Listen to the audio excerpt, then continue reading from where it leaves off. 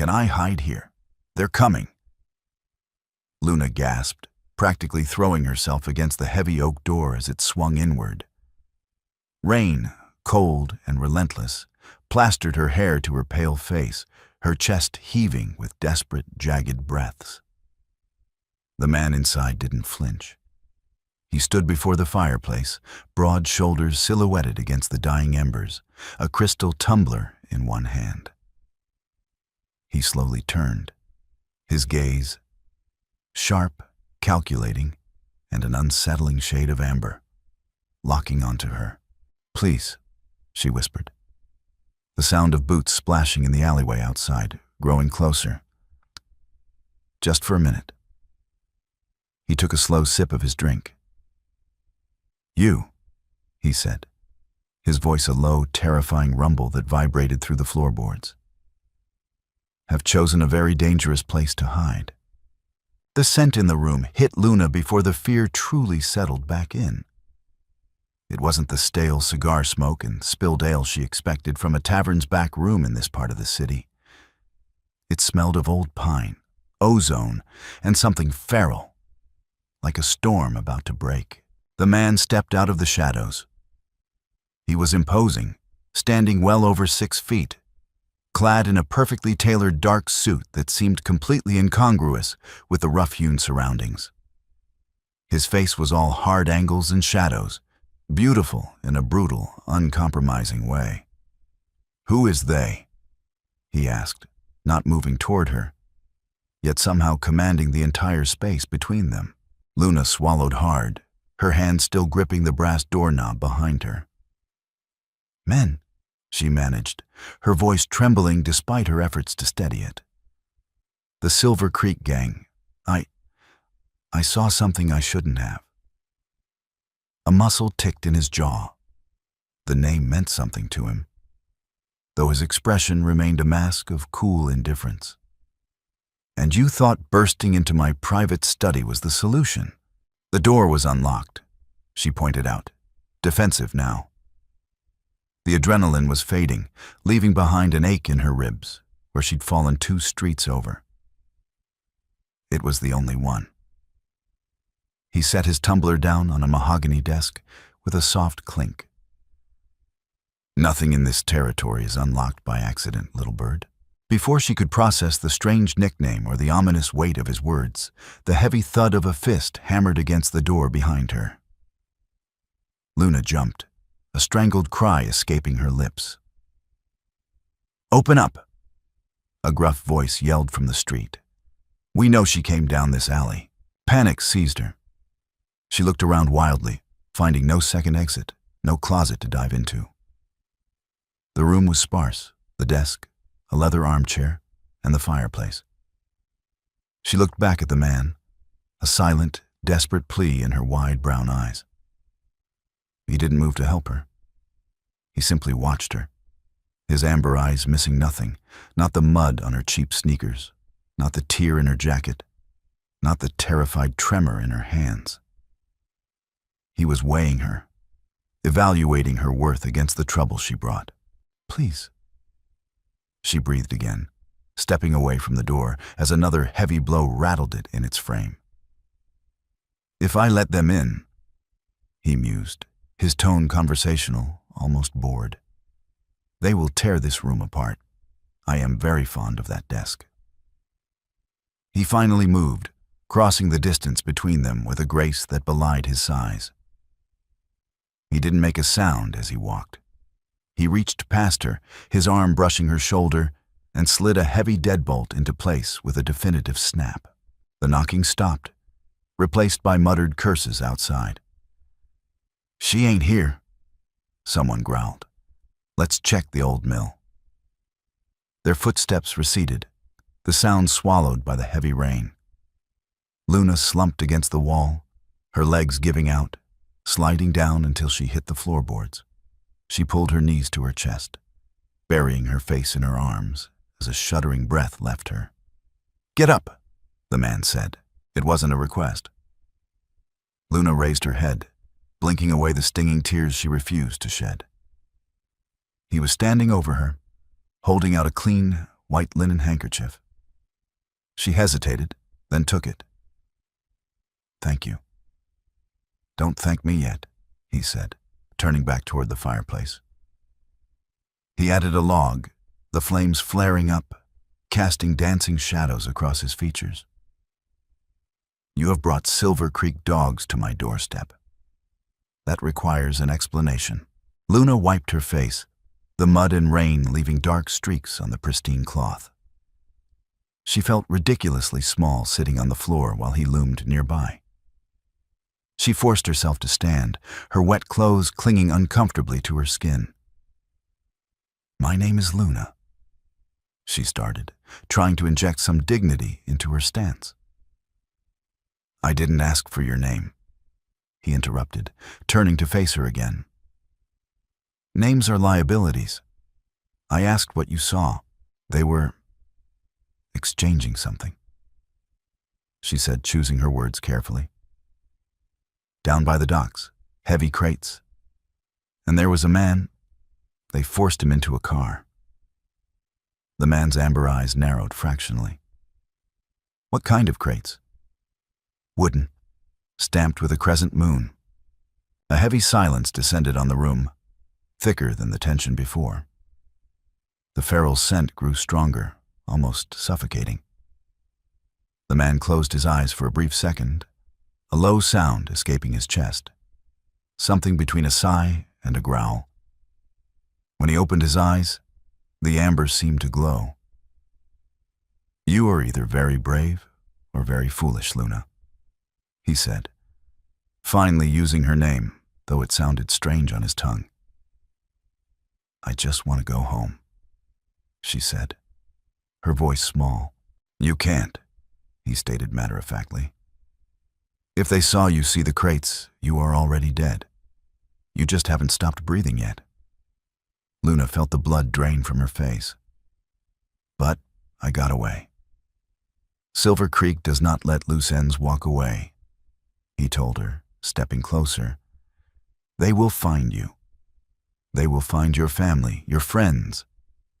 "I don't have any," she blurted out, the painful truth slipping past her defenses before she could stop it. Something flickered in his expression, surprise perhaps, or something akin to pity, though it vanished as quickly as it appeared. "Then you have nothing to lose," he said softly. He reached out, his large hand wrapping around her upper arm. His touch was burning hot through her damp jacket. He pulled her toward a section of the oak-paneled wall that looked solid.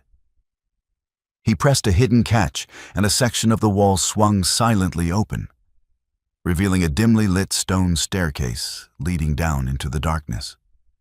"Where are we going?" she asked, her heart hammering a frantic rhythm against her ribs. "Underground," he replied, his grip firm but not painful as he guided her toward the stairs. "You needed a place to hide. This is it." "But who are you?" she asked, pulling back slightly. He paused on the first step, looking back at her. The shadows half covered his face, making him look less human, more like a creature born of the night itself. "My name is David," he said, the low rumble of his voice echoing in the stone stairwell. "And you, Luna, have just walked into a war." The air in the hidden stairwell grew sharply colder the deeper they descended, smelling of damp earth and ancient stone. Luna's wet sneakers squelched softly against the steps, each sound magnified in the tight, claustrophobic space. She kept her hand trailing along the rough-hewn wall to steady herself, her breath coming in shallow, ragged puffs. Ahead of her, David moved with a liquid silence that defied logic. A man of his broad, imposing stature should have made the wooden planks and stone steps groan beneath his weight, yet he was entirely noiseless. "What war?" Luna whispered, the question finally tearing through the thick veil of her fear. "I just saw some crates. I'm nobody." Silver Creek wouldn't start a war over a nobody. David did not break his stride, nor did he look back. "Silver Creek," he said, his voice echoing softly, a resonant baritone that sent a strange, involuntary shiver down her spine. Does not operate on the logic of ordinary men. They operate on greed, and recently on a very dangerous strain of ambition. Those crates you saw, they weren't meant for this side of the city. They weren't meant for my territory. The phrasing was odd, archaic even, but Luna's exhausted mind couldn't fully process it. She winced, a sharp spike of pain radiating from her ribs as she misjudged the height of a step. A tiny, muffled gasp escaped her lips. Instantly, David stopped. He turned, the meager light from a single caged bulb overhead, catching the golden amber of his eyes. He didn't ask if she was all right. He simply stepped up to the stair just below hers, closing the distance between them. The sudden proximity was overwhelming. The feral ozone and pine scent of him completely masked the smell of the damp earth. "You're injured," he stated. It wasn't a question. "I fell," she murmured, instinctively crossing her arms over her chest defensively. "In the alley, before I found your study. It's just bruised." David's gaze dropped to her midsection, his eyes narrowing fractionally. For a fleeting second, Luna could have sworn the ambient temperature around them spiked. "Bruised, perhaps, but breathing is costing you effort. Keep your hand on the wall. We're almost there." He turned back around, but his pace slowed significantly, matching her halting steps. It was a small, almost imperceptible courtesy, but it struck Luna deeply. In her world, a world of scraping by on double shifts at the diner, keeping her head down, and avoiding the vicious street gangs that ruled the lower districts. No one slowed down for anyone. The ancient stone steps abruptly gave way to a modern, polished concrete floor. The transition was so jarring that Luna stumbled. At the end of a short corridor stood a heavy steel door, devoid of any handle or keyhole. A small biometric scanner glowed a faint, clinical blue on the wall beside it. David pressed his palm against the glass. The machine beeped, a soft, mechanical chime, and the heavy steel door hissed open on pneumatic hinges. "Inside," he commanded gently, stepping aside to let her pass. Luna hesitated. Walking into a hidden basement was one thing. Walking into a high-tech subterranean vault with a strange, intimidating man was another. But the memory of the heavy fists pounding on the oak door above propelled her forward. She stepped over the threshold, and her breath caught in her throat. It wasn't a bunker. It was a sprawling, subterranean sanctuary that looked like the penthouse of a luxury hotel. Rich, dark hardwood floors stretched out beneath recessed lighting that perfectly mimicked the warm glow of late afternoon sun. A massive leather sectional dominated the center of the room, facing a sleek, modern fireplace, where real flames danced over ceramic logs. Walls of floor-to-ceiling bookshelves lined the perimeter, interspersed with abstract art and display cases holding ancient, unidentifiable artifacts. "This is..." Luna trailed off, completely at a loss for words. Her cheap, rain-soaked clothes dripped muddy water onto an antique Persian rug. She looked down, horrified. "I'm ruining your carpet." "The rug can be replaced," David said, stepping inside as the heavy steel door hissed shut behind them, sealing them in absolute, terrifying quiet. "A life cannot. Take your jacket off, Luna. You're freezing." She shivered, realizing for the first time how deeply the cold had seeped into her bones. She peeled the ruined, muddy denim jacket off her shoulders, her hands trembling violently. David walked toward a set of closed double doors at the far end of the room. "There is a bathroom through there," he instructed, his tone polite but brokering no argument. You will find a shower, clean towels, and robes in the cabinet. Wash the street off you. I need to make a call." Luna clutched her damp shirt. "Are you calling the police?" David paused, his hand resting on the back of the leather sofa. He looked at her, his expression a complex tapestry of amusement and deep, ancient weariness. "The police do not police Silver Creek, Luna. And they certainly do not police me. Go. Lock the door if it makes you feel safer. But know that nothing in this world can harm you while you are in my house." The absolute certainty in his voice was both terrifying and deeply comforting. Luna nodded once, clutching her ribs, and walked toward the bathroom, feeling the amber weight of his gaze on her back until she closed the door. The hot water of the shower felt like a baptism. Luna stood under the rainfall showerhead for what felt like hours, letting the scalding streams wash away the mud, the cold, and the lingering terror of the alleyway. The bathroom itself was an exercise in extreme opulence. Black marble, brushed gold fixtures, and an array of expensive, heavily scented soaps. She scrubbed her skin until it was pink, trying to erase the phantom feeling of the Silver Creek enforcers breathing down her neck. When she finally turned off the water, the silence of the underground suite rushed back in. It was absolute. Not a single vibration of the city above penetrated the thick, fortified ceiling. She found a thick, charcoal gray cotton robe folded neatly in the glass cabinet. It was easily twice her size, clearly belonging to David, swallowing her small frame entirely. She rolled up the sleeves, the soft fabric smelling faintly of that same intoxicating pine and ozone scent. Taking a deep breath, she unlocked the door and stepped back out into the main living area. David was not on the phone. He was standing by the fireplace, an open medical kit resting on the glass coffee table before him. He had shed his suit jacket and unbuttoned the top 2 buttons of his crisp white shirt. The informal look somehow made him appear even more dangerous. A predator resting between hunts. "Come here," he said, his voice softer now. Less of a command and more of a request. Luna crossed the room tentatively, her bare feet sinking into the plush rug.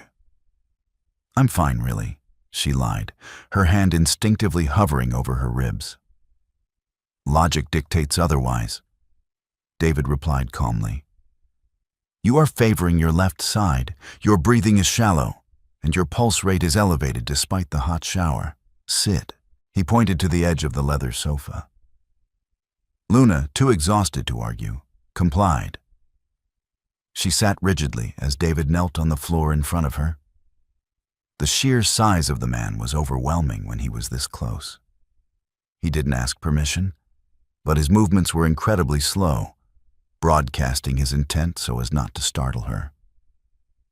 He reached out and gently parted the lapels of the oversized robe just enough to expose her left side over her ribs.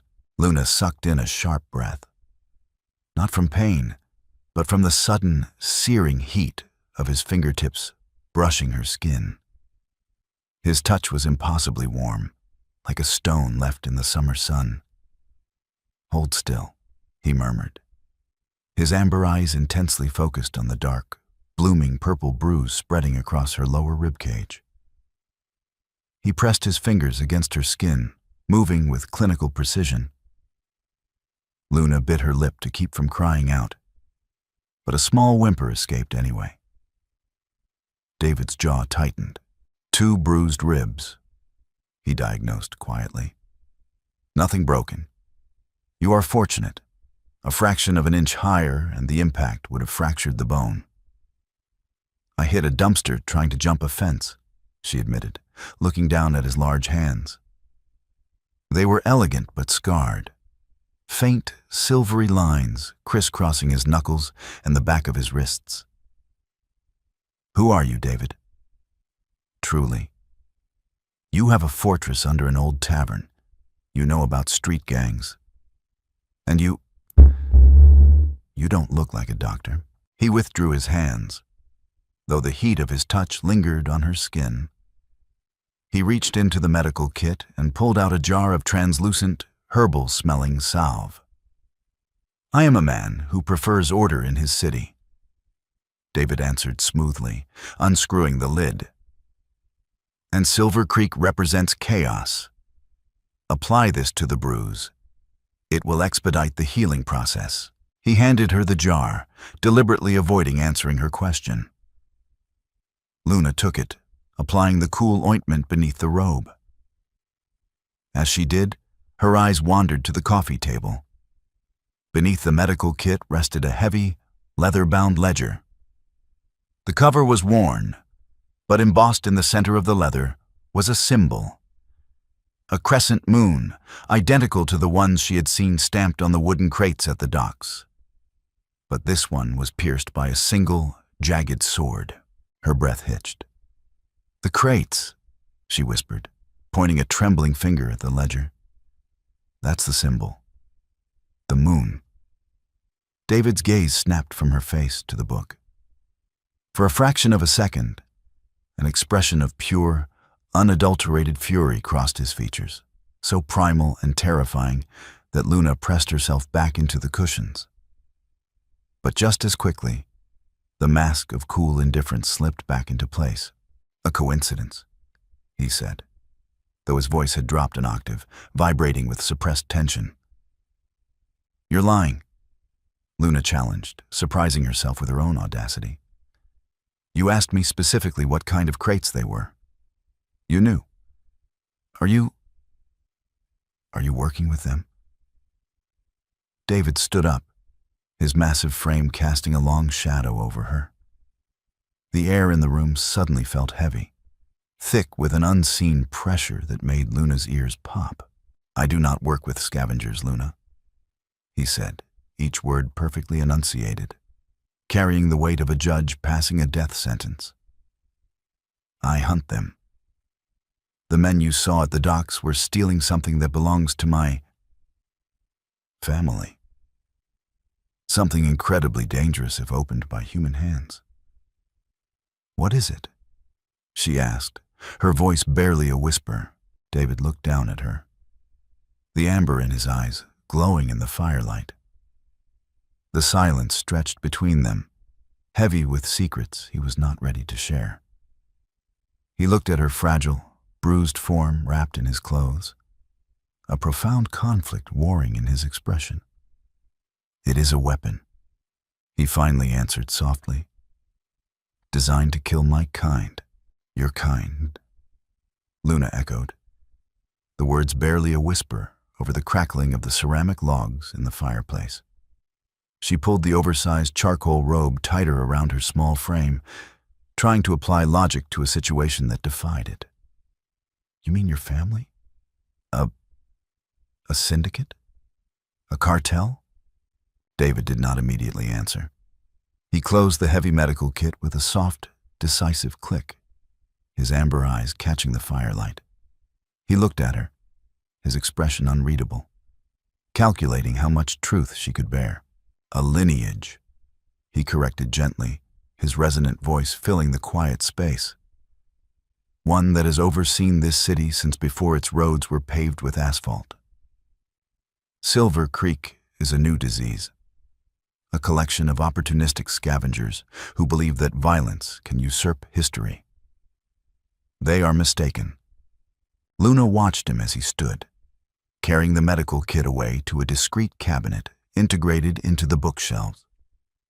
She tried to piece together the puzzle of the man before her. He spoke with the refined, polite cadence of a scholar. Yet he possessed the physical presence of a heavyweight fighter. His wealth was obvious, hidden beneath the city's grime. Yet he didn't flaunt it with the arrogant swagger of the crime bosses she sometimes saw dining in the VIP section of the restaurant where she worked. "If they are just scavengers," Luna asked, her logical mind working past the throbbing ache in her ribs, "why are they stealing weapons to use against you? Why not just fight you for territory?" David paused. He turned his head, a slow, appreciative smile touching the corners of his mouth. It completely transformed his face, softening the harsh, brutal angles into something breathtakingly handsome. You possess a sharp mind, Luna. It is a rare and valuable commodity. He walked toward a sleek kitchenette hidden behind a sliding partition of frosted glass. They steal because they cannot win a direct confrontation, he explained, opening a matte black refrigerator. The weapon they procured tonight. It levels the playing field. It is a poison, specifically synthesized to target the genetic markers of my family. If they manage to weaponize it fully, they could eradicate us without ever having to face us in the open. He retrieved a glass pitcher of water and poured a measure into an electric kettle. The mundane domestic action was entirely at odds with the terrifying scope of the gang war he was describing. And I saw them take it, Luna realized, a fresh wave of cold dread washing over her. She pressed her palms into her eyes. That man they shoved into the car, he must have been the one who brought it into the city. Precisely, David said. He prepared 2 mugs, his large, scarred hands moving with surprising delicacy. Which is why you cannot return to your apartment. Silver Creek operates through intimidation and surveillance. They will canvass the neighborhood. They will check the transit cameras. If they identify you, they will use you to get to me, or simply eliminate you to ensure your silence. I have shifts, she protested weakly, dropping her hands to her lap. I have rent. If I don't show up at the diner, I'll be fired. I can't just vanish into a basement, David. I have a life. A life that is currently in severe jeopardy, he reminded her, bringing a steaming mug of tea to the coffee table. He set it down gently in front of her.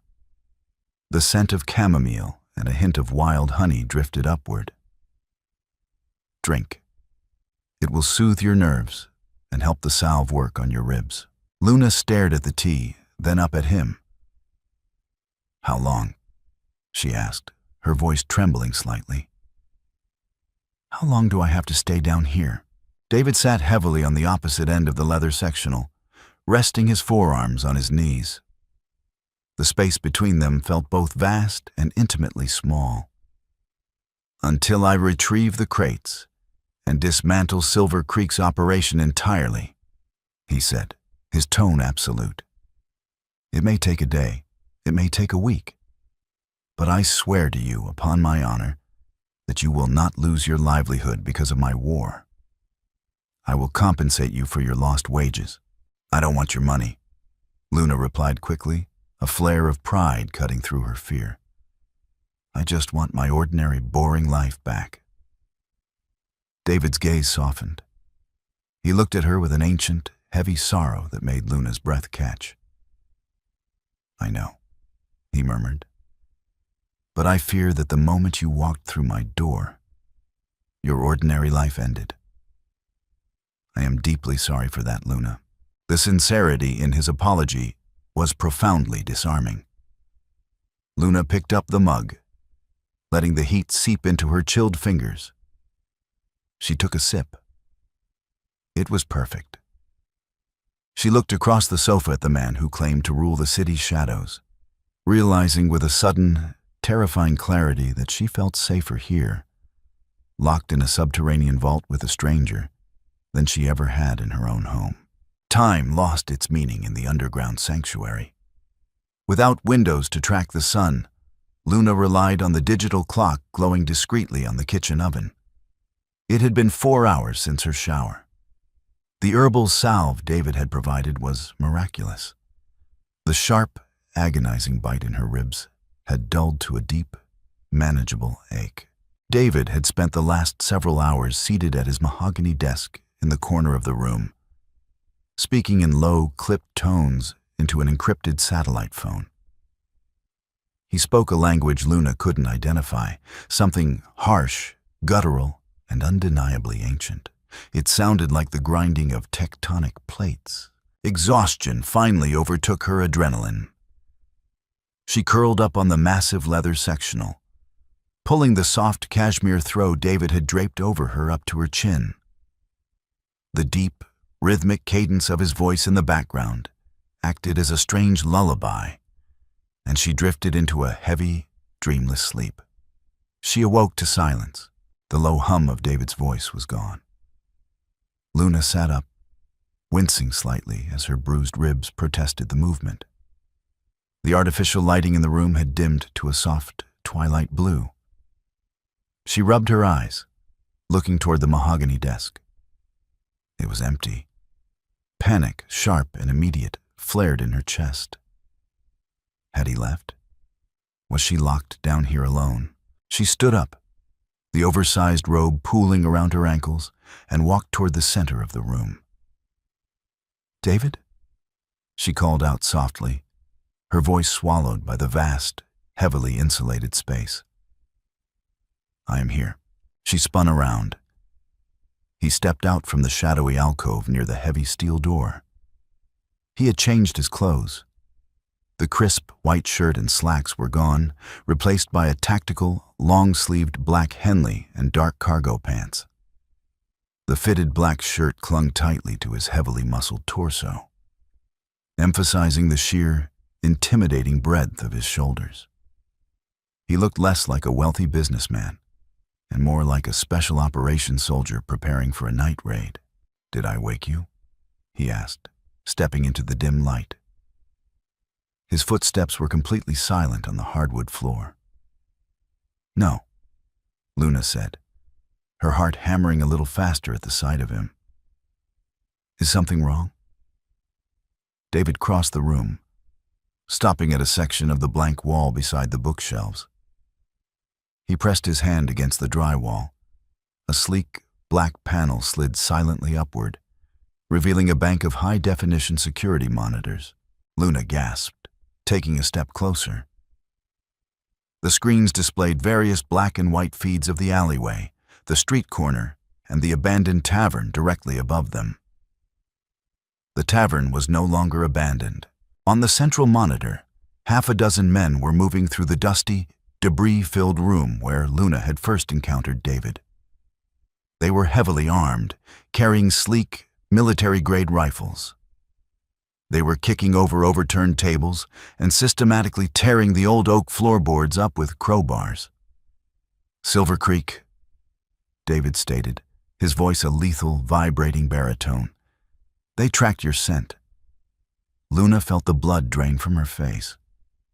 "My scent?" It was pouring rain. How could they? "They have tools." David interrupted smoothly, though his eyes never left the monitors. The amber in his irises seemed to glow in the darkness of the room, predatory and terrifying. "And they are desperate. They know I operate in this sector, and they believe you ran to me for protection. They're tearing the floor apart," Luna whispered, watching a burly man on the screen smash the mahogany desk David had been leaning against hours ago. "Will they find the stairwell?" "Eventually," David replied. He turned to face her, his expression utterly devoid of warmth. The polite, civilized man who had made her tea was gone. In his place stood an apex predator. The door at the top of the stairs is reinforced steel, but with enough explosives, they will breach it. I cannot allow them to reach this level. "What are you going to do?" she asked, her voice trembling. David walked toward the heavy steel door that led out of the bunker. "I'm going to remind them why this territory does not belong to them." Luna rushed forward, instinctively grabbing his forearm. His muscles were corded like steel beneath the black fabric. "You can't go up there alone. There are 6 of them, and they have guns." David looked down at her small hand gripping his arm. The intense, lethal fury in his eyes softened for a fraction of a second. He gently reached over and covered her hand with his own. His skin was burning hot. "Bullets. David said, his voice dropping to a low, comforting rumble, "are a concern for ordinary men, Luna. I am going up the stairs. The door will lock behind me. You will not open it, no matter what you hear. Do you understand? David, please," she pleaded, tears welling in her eyes. The thought of this man, the only person who had offered her safety, walking into a firing squad, was unbearable. "Do you understand?" he repeated, his tone firm, demanding obedience for her own safety. Luna swallowed hard and nodded. "Yes." He released her hand and pressed his palm against the biometric scanner. The heavy steel door hissed open. He stepped through, glancing back over his shoulder one last time. "Lock the door, Luna," he commanded softly. He stepped into the corridor, and the door hissed shut behind him, the heavy deadbolt sliding into place with a definitive, echoing clank. Left alone in the bunker, Luna turned back to the monitors, her heart pounding against her bruised ribs as she watched the armed men above, waiting for the slaughter to begin.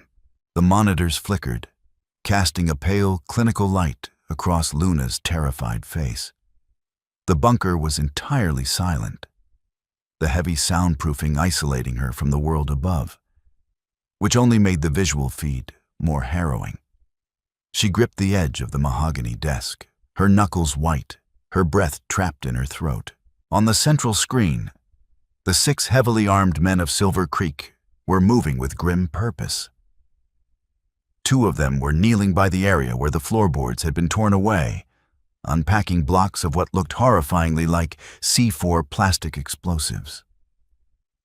They were going to blow the stairwell. Then, the heavy steel door at the back of the ruined tavern swung open. Because the feed lacked audio, the scene played out like a macabre, silent film. The men spun around, their military-grade rifles snapping up to their shoulders. Luna braced herself, a scream building in her chest, expecting to see David step into a hail of bullets. But David did not step into the room. He flowed into it. The security camera, despite its high-definition frame rate, seemed incapable of tracking him perfectly.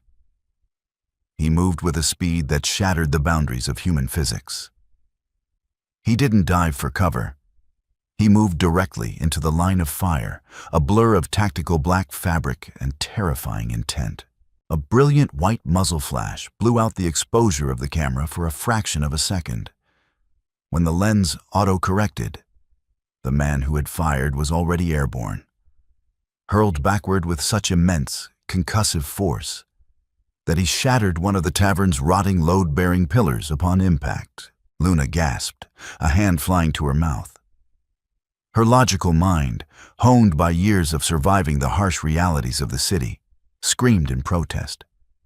A man of David's size could certainly hit hard, but throwing a fully grown, armor-clad enforcer 15 feet through the air was a biological impossibility. The remaining 5 men panicked. The calculated discipline of their tactical sweep evaporated into pure chaos. They fired wildly, the continuous muzzle flashes creating a strobe light effect on the monitor. Yet, David was never where the bullets struck. He used the deep shadows of the ruined tavern, slipping between the men with predatory grace. He disarmed the second man with a brutal, twisting motion, dismantling the assault rifle with his bare hands before driving his elbow into the man's chest plate. The man dropped instantly, incapacitated. "My God," Luna whispered, the sound deafening in the quiet bunker. He wasn't fighting like a trained soldier. He was fighting like an apex predator that had been cornered in its den. There was no wasted movement, no flashy martial arts. It was simply the absolute terrifying application of overwhelming force.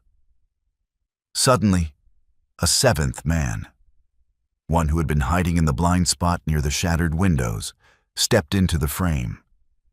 He raised a heavy, silver-plated shotgun, aiming it squarely at David's back while David was engaged with the leader. "Behind you!" Luna screamed at the monitor, slamming her hands against the glass panel, completely forgetting that he couldn't hear her. The man fired. The impact of the heavy slug caught David perfectly in the right shoulder. The sheer kinetic force of the blast drove him forward, forcing him down to one knee. Luna's heart stopped. A cold, suffocating void opened in her chest. She pressed her forehead against the screen, tears spilling hot and fast down her cheeks. "He's dead," her mind chanted. "You killed him. You brought them here." But the man on the screen didn't stay down. Slowly, deliberately, David stood up. The back of his black Henley was shredded, dark blood already soaking the fabric, but his posture was completely unbroken. He turned his head slowly to look at the man who had shot him. Even through the grainy black and white feed, Luna could see the unnatural, luminous glow of his amber eyes. They pierced through the darkness of the tavern like twin lanterns. The shooter dropped the shotgun, stumbling backward in absolute terror. He turned and bolted for the shattered window, choosing the two-story drop to the alleyway over facing the monster he had just shot. David didn't pursue him. He turned his attention back to the remaining Silver Creek men. Within 60 seconds, the tavern was still. 5 men lay unconscious or incapacitated on the floorboards. David stood amidst the wreckage, his chest heaving slightly. He looked directly up at the security camera. For a moment, the vast, impenetrable distance between the surface and the bunker vanished. He was looking right at her. He gave a single curt nod, then turned and walked back toward the hidden stairwell. Luna stumbled backward from the monitors, her knees trembling so violently she could barely stand. She wiped the tears from her face, staring at the heavy steel door of the bunker. He was alive. But as the logical gears of her mind began to turn, a new, profound terror set in. No ordinary man could have survived that. No ordinary man could have done what she just witnessed. The biometric scanner chimed. A soft, pleasant sound that felt entirely out of place following the brutal slaughter Luna had just witnessed. The heavy steel bolt slid back with a clank, and the pneumatic hinges hissed, swinging the door inward. David stepped over the threshold. The pristine, unruffled gentleman who had poured her tea hours ago was completely gone. He smelled powerfully of cordite, pulverized plaster, and the heavy metallic tang of blood. His black shirt was torn wide open at the right shoulder, the fabric plastered to his skin. He turned and pressed his palm to the scanner again. The door sealed shut, locking them in. Luna stood frozen by the leather sectional. The oversized charcoal robe clutched tightly around her bruised ribs. She wanted to run to him, but her feet felt cemented to the floor. The sheer, overwhelming aura of danger radiating from him was palpable, a physical pressure in the room. "I apologize for the delay," David said. His voice was incredibly calm, a low, smooth baritone that betrayed absolutely no pain or exertion. "I had to ensure the alleyway was clear before returning." "You were shot," Luna breathed, finally finding her voice. She pointed a trembling finger at his shoulder. "I saw it on the monitors. You took a shotgun blast to the back." David glanced down at his shoulder as if he had merely spilled wine on his shirt. "It is a flesh wound. The slug did not penetrate the bone. A minor inconvenience." "A minor inconvenience?" Luna echoed, her voice pitching up in a mixture of hysteria and disbelief. "David, people don't just walk off a shotgun blast at close range. You need an ambulance. You need a hospital." She rushed past him toward the bathroom, her bare feet slapping against the hardwood. She returned seconds later with a heavy medical kit he had used on her ribs. She set it on the coffee table, her hands shaking so badly she could barely pop the latches. "Sit down," she ordered, surprising herself with the authority in her tone. David looked at her, the feral glow in his amber eyes softening slightly. A small, almost imperceptible smile touched the corner of his mouth. He walked over to the sectional and sat heavily, resting his forearms on his knees. "You are a remarkably resilient woman, Luna," he murmured as she stepped up beside him. "I'm a realist," she shot back, grabbing a pair of heavy trauma shears from the kit. "Hold still, I have to cut the shirt." He didn't flinch as she carefully slid the shears beneath the ruined fabric, cutting away the collar and sleeve to expose the wound. Luna braced herself for the gruesome sight, her stomach churning. She peeled the blood-soaked fabric back, and her breath hitched. There was a wound, certainly. A ragged, ugly tear in the heavily muscled flesh of his shoulder. But it wasn't bleeding. The dark, crimson blood that stained his skin was already drying. Beneath the surface, the torn tissue seemed to be shifting, knitting together at a microscopic yet visible pace. It looked like time-lapse photography of a healing injury. Luna dropped the shears. They clattered loudly against the glass coffee table. "That's..." She took a step back, her logical mind hitting a brick wall and shattering.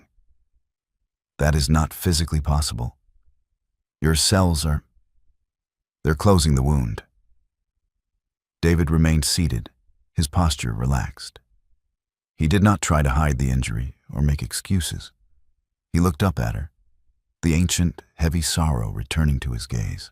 "I told you, Luna," he said quietly, the polite cadence of his voice contrasting sharply with the terrifying reality of his biology.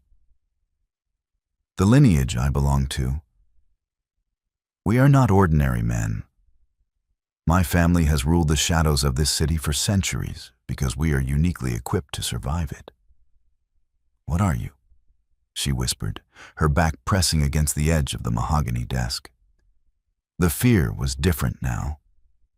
It wasn't the frantic panic of the alleyway. It was a deep, existential dread. David stood up slowly. Despite the violence he had just committed, his movements were gentle, completely non-threatening. "I am the man who offered you sanctuary," he answered softly. "And I am a man who keeps his word." He walked past her toward the wall of monitors. He tapped a command into the keyboard. The screen shifted from the ruined tavern to a digitized map of the city. A solitary red dot was blinking steadily near the industrial district. "The men upstairs managed to send a distress beacon before I neutralized their communications," David explained, his tone shifting back to the calculating, pragmatic leader. "Silver Creek will send reinforcements. This bunker is fortified, but they have explosives. They will eventually dig us out." "So we have to leave?" Luna asked, trying to force her brain to focus on survival rather than the biological impossibility standing in front of her. "I have to leave," David corrected. He turned to face her. "The red dot is the tracker embedded in the crates they stole. They are moving it to a secondary facility. I must intercept it tonight before they manage to weaponize the contents." He walked over to a heavy wall safe hidden behind a framed landscape painting. He opened it, retrieving a thick envelope and a set of keys. He walked back to Luna and held them out to her. "In the garage connected to the lower tunnels, there is a sedan," he instructed. "This envelope contains enough cash to settle your rent for a year, and the deed to a small, secure property in the neighboring state.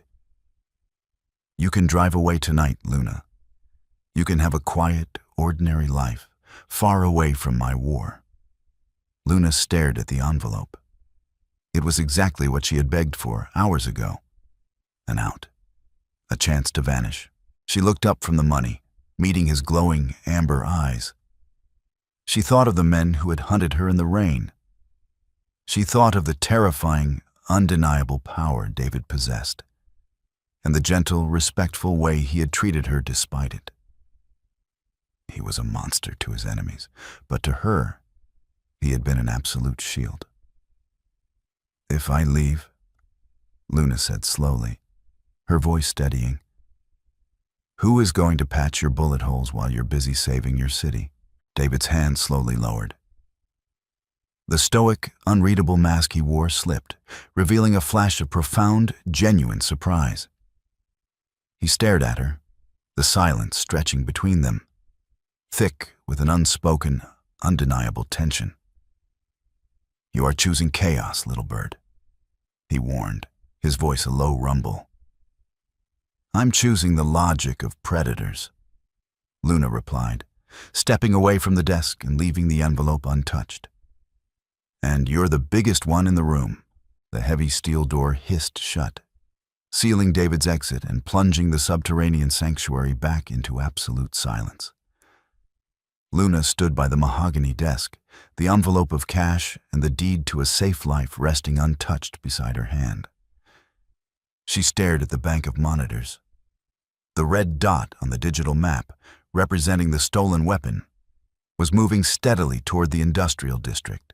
She could have left. The lowered tunnels David mentioned were surely clear by now. But as her logical mind dissected the situation, the math of her survival had shifted. David was an apex predator, a biological anomaly capable of surviving shotgun blasts at close range. Yet, he was walking into a trap designed specifically to kill his kind. If he fell tonight, Silver Creek would consume the city. They would eventually find her, deed or no deed. Action dictates survival, Luna whispered to herself, a mantra she had used to get through double shifts and lean winters. She turned away from the monitors and went to work. If David returned, he would not be walking in unscathed. She moved swiftly through the bunker, gathering every clean towel she could find from the luxurious bathroom. She retrieved the heavy trauma kit, laying out the shears, bandages, and the jars of herbal salve on the glass coffee table with the meticulous organization of a surgical nurse. Finally, she filled 2 pitchers with clean water and set them nearby. Then, she sat on the edge of the leather sectional and watched the monitors. The wait was agonizing. The digital clock on the oven ticked past midnight, then 1 in the morning, then 2. On the map, the red dot had stopped moving, settling deep within an abandoned rail yard at the city's edge. There were no camera feeds there, only the steady, mocking blink of the tracker. At 3:14 a.m., the biometric scanner outside the bunker chimed. Luna was on her feet before the pneumatic hinges even began to hiss. The heavy steel door swung inward, and her breath caught in her throat. David did not stride into the room with his usual terrifying grace. He staggered.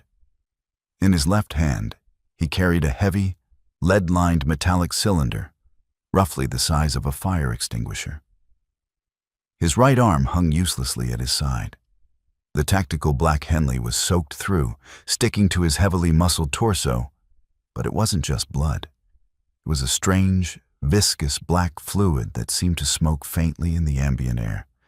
He managed 2 steps into the room before his knees buckled. "David!"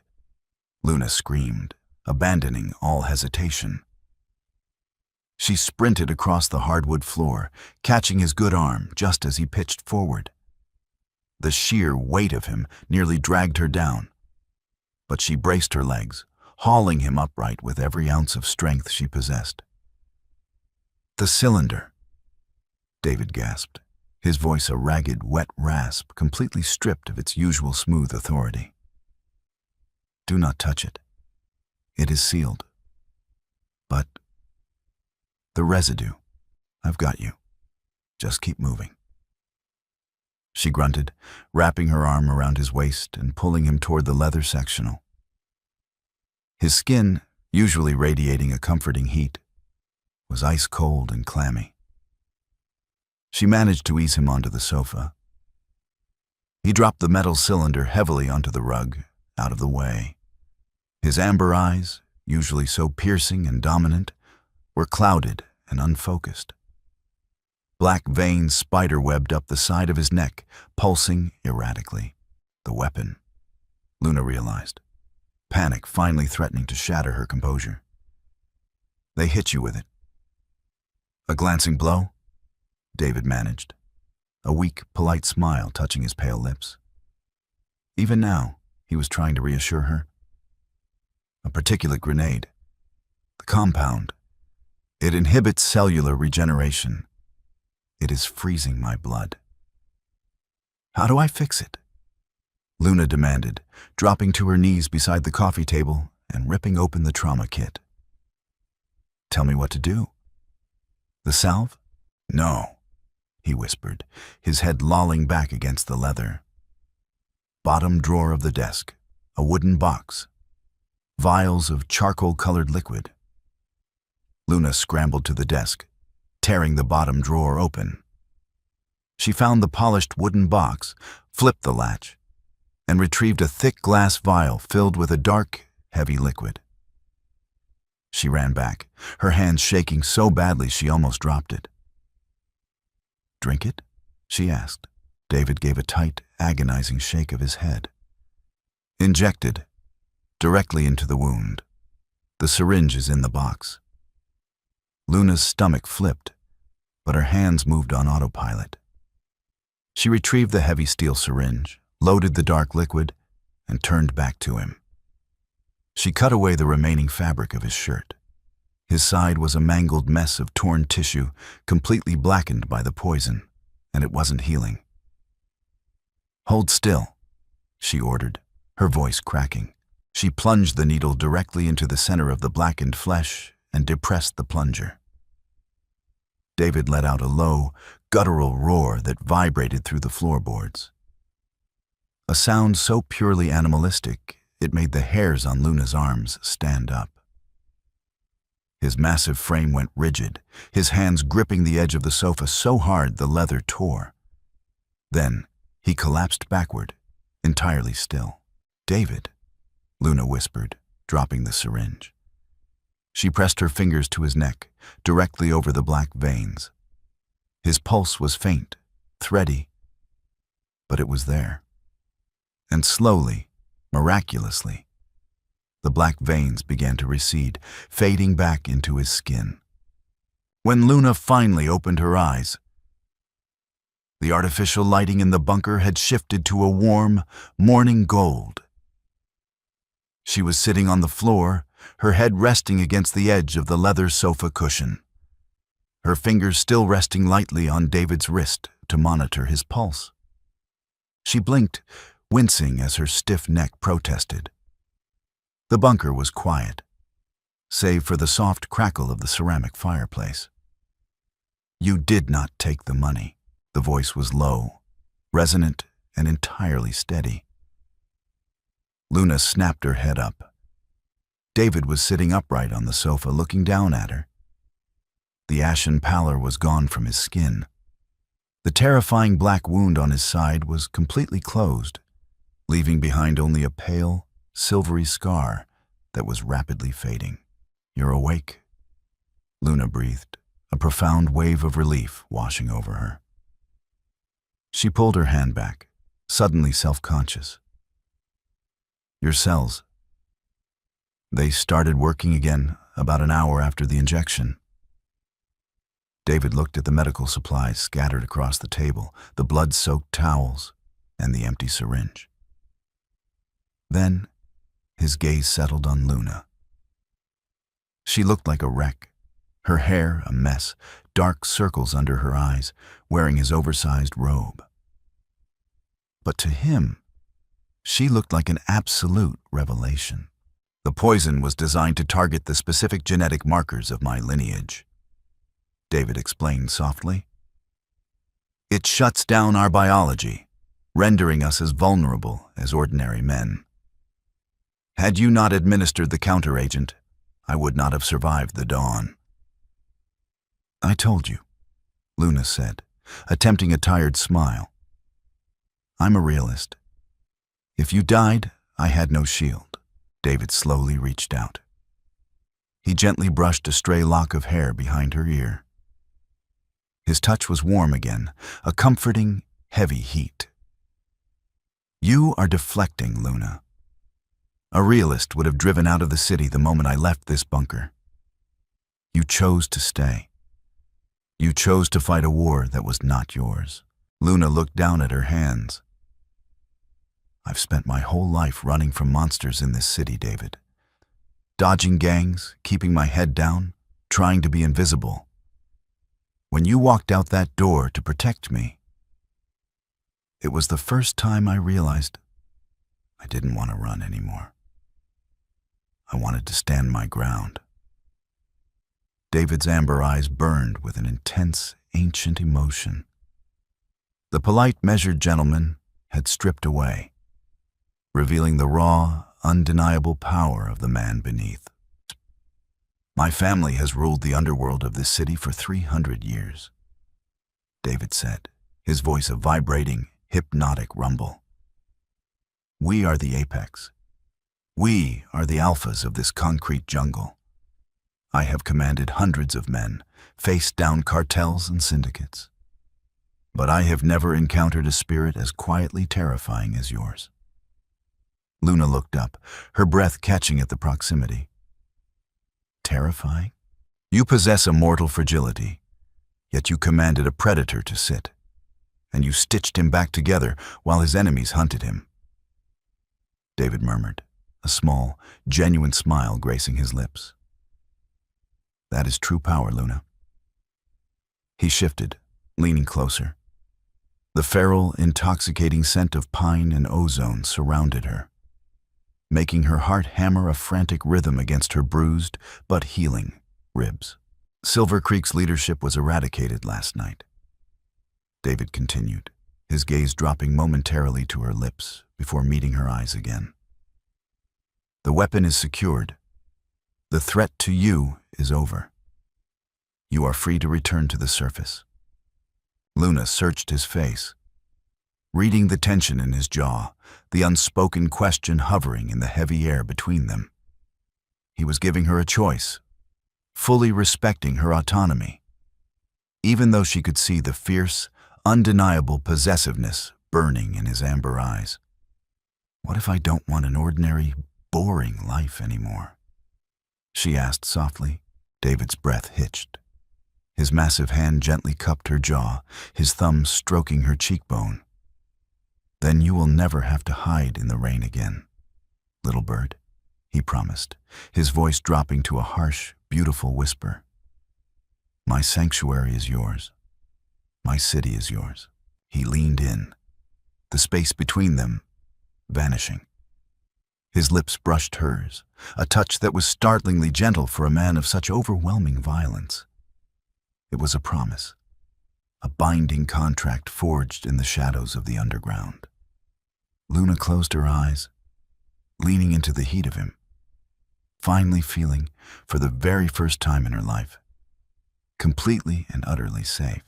The world above may have been defined by chaos, sirens, and the cold reality of the concrete streets. But beneath it all, a new order had been solidified. Luna had stumbled into a hidden war seeking a momentary refuge, only to discover that true sanctuary wasn't just a place. It was a partnership forged in fire, logic, and profound courage. She had faced the darkest, most dangerous elements of the city, and tamed the Alpha King who ruled them. Thank you for reading Can I Hide Here? They're coming, I pleaded, unaware the man inside was the Alpha King. If you enjoyed this blend of grounded suspense, cinematic drama, and slow-burn romance, please hit the like button, share the story with fellow fiction lovers, and subscribe for more thrilling, character-driven serials.